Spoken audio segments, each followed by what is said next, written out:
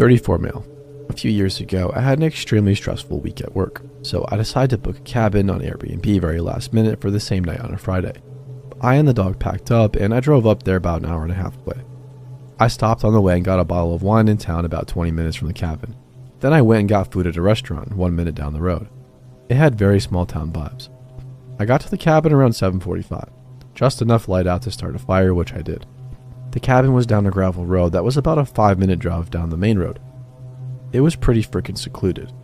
Even though in comparison to some actually secluded spots, this was only about 20 minutes from a gas station.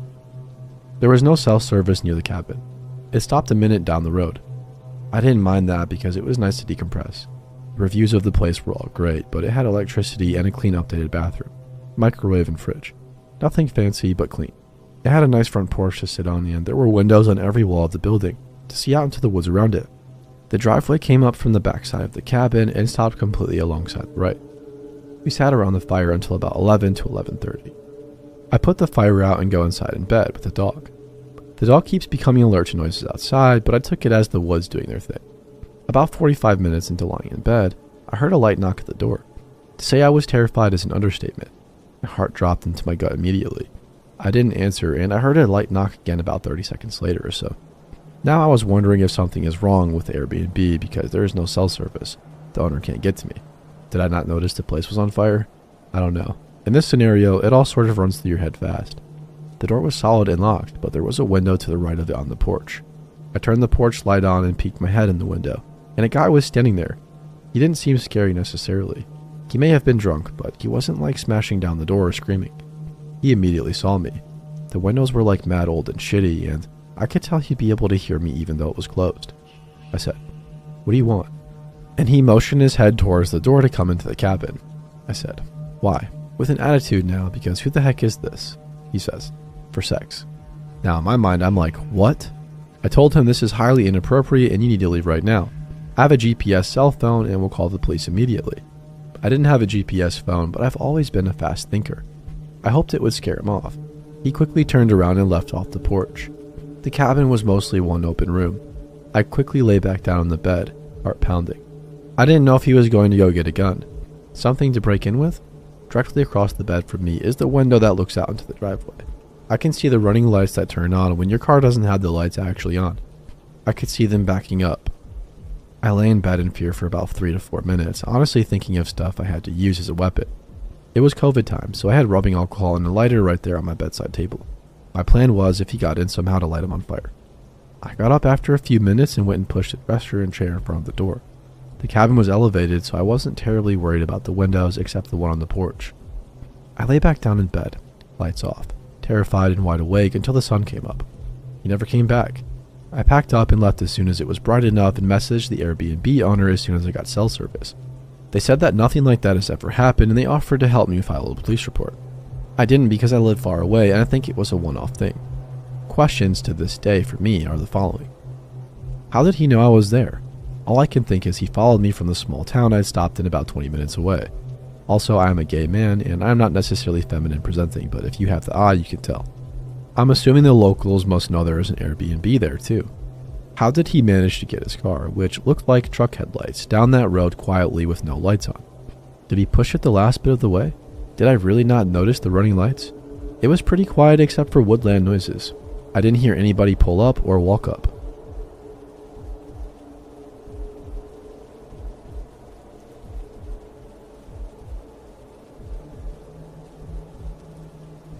So before I go into this story, I'll just explain that in the lead up to this particular incident, I had a number of strange attempted break-ins and occurrences.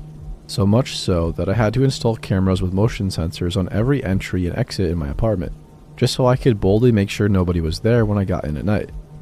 One of the first was encountering a man sitting in my room when I walked into broad daylight. I had stuff go missing the week before, and my roommate said that he had the sense he was being watched there that week. So I'm on my way home from a night out and I start going through my phone. I see I have a message on Tinder to check it out. The girl looks attractive, but I think she's a catfish because she sounds so eager to meet me, and I know that when something sounds too good to be true, it usually is. So I get home and she sends me her address. I check it and she's literally a 5-minute walk away. I'm drunk and it sounds appealing, even just the attention, but again, I don't believe her. So I say, video call me, and she surprisingly agrees. I see the call coming in, and I'm not sure what to expect, but surprisingly it's the person. She seems nice. Says she's high and wants to smoke and have some company, and I agree. Now I'm kind of excited. Maybe I'll actually really hit it off with her, and she lives a stone's throw away, so I have a shower, grab some liquor, and head over. So I'm on the way. I'm walking. I'm nearing her place. I look across the street and through this archway that leads into the courtyard for this apartment block. At the end of the anchored corridor, I see a man glance at me and then pretend to look at his phone. I walk past and I don't know why, but I'm sure it's to do with the paranoia I've been experiencing. But I stop and decide to walk back. As I come to the arch again, I see the guy's head peek out around the corner, and on making eye contact, he juts back rapidly. When I'm in full view of the arch tunnel again, the man is seemingly immersed in his phone again, and he starts walking around the corner and down the street. I stand there and look to see if he will look back, but he doesn't, and I hear a girl's voice behind me. It's the girl, and she's like, "Hey, come in." It feels like an episode of To Catch a Predator, but she's clearly in her early 30s, so I start to relax again, but only briefly. We walk up a flight of steps to get to the apartment, but then she starts veering down a flight of steps and tells me she has a basement apartment. I follow her and I'm calm until I get into the living room. I don't know how to describe where there was nothing there to make me feel nervous, but that was exactly it. It was so bare. Just a sofa and, like a kitchen table, just the complete opposite of what I imagined. I've dated girls, and it just wasn't a girl's apartment. I don't know if that makes sense. So now she's like, "Come into my room." And I get this overwhelming sense of fear, like something is telling me it's a trap. Don't do it. You're walking into a honey trap. But I try to tell myself I'm being paranoid and try to relax again. So I follow her, and it's a tiny box room. There's a bed and an empty bedside drawer. Now the thing that weirds me out the most is there's another door, which I could only assume leads to a bathroom. The door is closed, but there's a very obvious pool of water coming out from underneath the door, like something had overflowed but stopped. I'm about to ask, but I don't, as her hand cups and squeezes my crotch area, and I'm taken aback at how forward she starts to become. She kisses me while guiding my hand down the front of her sweats inside her underwear, and whispers for me to take my clothes off. I start to open my shirt, and before I can, she's butt naked already. She is sitting on the bed and starts opening and getting my pants down, straight into giving me head. Sorry about the details, but I'm trying to explain. 1. Her over-eagerness to get me naked, and 2. The overwhelming feeling that she was trying to distract me to put me in a vulnerable position. Now, she starts to lie back and pull me on top of her, making these over-the-top moaning noises. Then I can distinctly hear something outside the door in the living room that sounds like clothes rubbing against clothes when you're moving in a really quiet place, and footsteps. Not many, but like somebody is sneaking around. As we're getting into it, she tells me my watch is catching her skin and asks if I can take it off. I find this strange, but it gives me a chance to gather myself. I sit up and start to take it off. I ask her why there's water leaking out of the restroom. I don't know genuinely if she misheard me or is completely sidestepping my question, but she just answers, "Yes, I've water here." Grabs a bottle of open water from the side of the bed. I don't re-question. I open the bottle and take a drink. I hear that clothes on clothes like footsteps movement again. I can feel there is someone right outside the door and my heart starts to beat. I can also feel my lips starting to burn inexplicably. I think she can feel my uneasiness and starts to kiss the back of my neck. Now, I can't tell you how much I wanted this to be real, not a setup to believe this girl really wanted this, but even if she did really like me, she was way too eager. I say, "What time is it?" and grab my phone. I look at the message where she told me her address and memorize it. I open and go to WhatsApp. I pretend to send an audio message. I say, "Hey guys, I'm at blank this street, basement apartment." I can see the wide-eyed surprised look on her face. "I need one of you to come pick me up outside right away. I can't explain right now, but if you can't come, send somebody to that apartment. If I'm not outside, then I'm in trouble and call the cops." She pauses, stuck for words, and asks why I'm so paranoid. I ask her who is outside, and she doesn't deny that anyone is there, just says her friend, no explanation. I start to get dressed. I feel relieved but also think, am I overthinking this? I say bye and she says see you later, and starts texting on her phone. I open the door. The room is darker than when we went through it first, but I can make out the silhouette of mostly everything. I don't see any other room though, and wonder where the heck her friend is or why there was somebody in that room. I have the jitters walking through the room. It's only a short trip, but I'm envisioning someone jumping out from out of nowhere and bludgeoning me with something. I get to the stairs. I go up. I rush to the door and can't figure out how to open it. I can feel somebody coming behind me up the stairs. My adrenaline is kicked in 100x. It's her. She goes and opens it.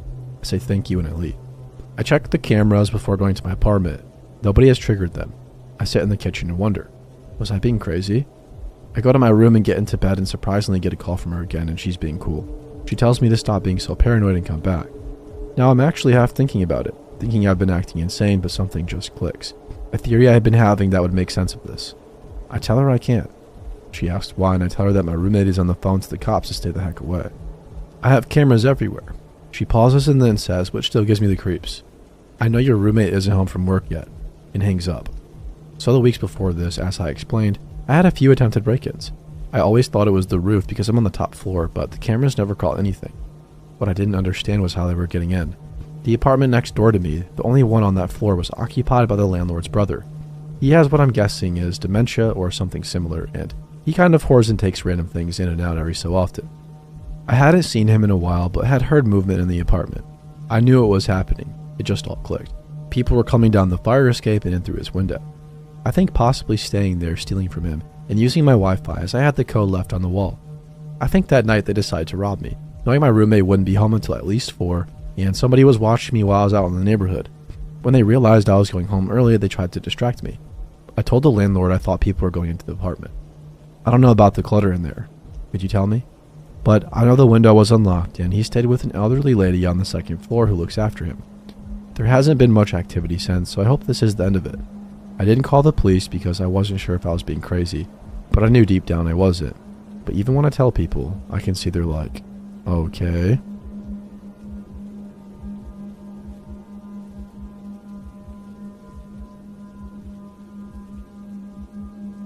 This happened literally 30 minutes ago. I'm 15, female, a short petite size. I live in Florida, so it was raining all morning today, and I decided to go on a run in the evening. It was a regular run. I don't like to run in my neighborhood just because there are too many turns and it messes me up. I'm on the side of the highway on the sidewalk where usually bikers and people walking their dogs are. There's a fire station close to me, and I feel relatively safe most of the time. I carry pepper spray and always have my phone on me. I stopped at the 2-mile point and turned around and started walking, texting my mom where I was and that I was coming home, changing the music, etc. I noticed a golf cart stopped ahead of me that I had run by before that same day. I recognized it by the smell of weed coming from it, and occupying it was an old man who I was earlier not paying attention to because there was a golf course right there where usually old people go. I already get a bad feeling being a teenage girl and having something like this happen before. I walk past it and he tries to say something to me. I completely ignore it and just start sprinting away. I turn my head back and the headlights are on, and this man is following me in his golf cart. I'm freaking out at this point, so I call my mom, and I'm crying while actually running for my life. I see a group of old people in a golf cart going into a neighborhood, so I flag them down for help and get in their car. At this point, the guy following me is right there and continues literally following the people I'm with, trying to get to me. My mom is pissed off and thinks that the people who literally saved my life are the ones trying to kidnap me. She eventually gets there and figures out they helped me instead of kidnapping me. I know this story is nothing serious, and I'm very thankful that nothing bad happened to me, but I keep thinking, what would have happened if those people weren't there and he got me? I could never outrun a golf cart, and there was nothing but random neighborhoods around me.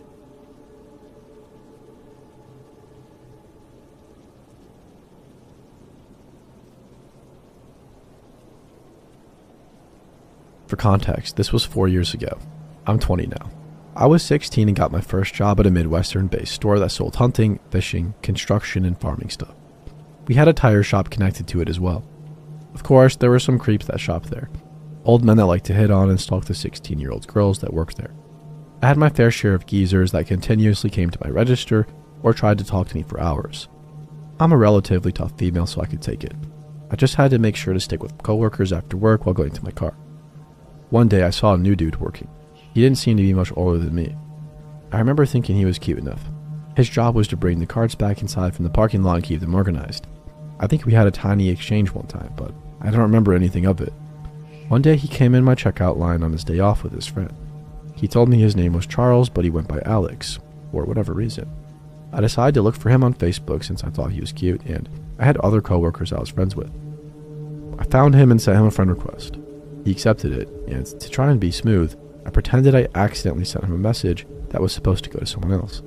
Cheesy, I know. We'd started to message back and forth. I got his number and his Snapchat. He moved from our main store to our tire shop, so I didn't actually see him at work. Things started to get weird. Over social media, he would start to get sexual, which I would go along with because he was attractive to me. I soon found out that he was 24 years old.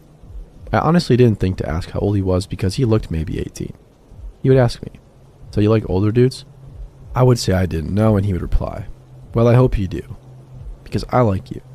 And soon after, he asked me if we could meet up after work to make out. That was a huge red flag. I started to fade away from him because this in itself was creepy. I didn't think to block him. I just thought to avoid him. Young and naive, I know what you're thinking. He would start to spam me with messages and send me pictures of his ejaculation in his underwear, pictures of his man parts, etc. I did end up blocking him when this happened, but he continued to make more accounts to message me. I was talking with my female coworker one day who was only a year older than me. I told her about him, and she said he was really gross. She showed me some messages he sent her that said that he likes to be peed on and that he wants to drink it. She asked him if he liked poop too. And he replied, "Yeah, is that weird?" That same night, she showed me her messages. He messaged me over an account on Facebook and asked if he could eat my poop. He also asked me before we had sex if I could go pee and he could lick me clean. It makes me shudder to think about that. I soon after quit my job and unfortunately was too dumb not to report him. I stayed in contact with a few coworkers who all said he'd been fired for unknown reasons. I'd blocked all of his accounts, and after I left, he seemed to stop trying to contact me. Every time I see someone who even looks a little bit like him, I swear I almost have a heart attack. I'll be damned if I ever see Charles again.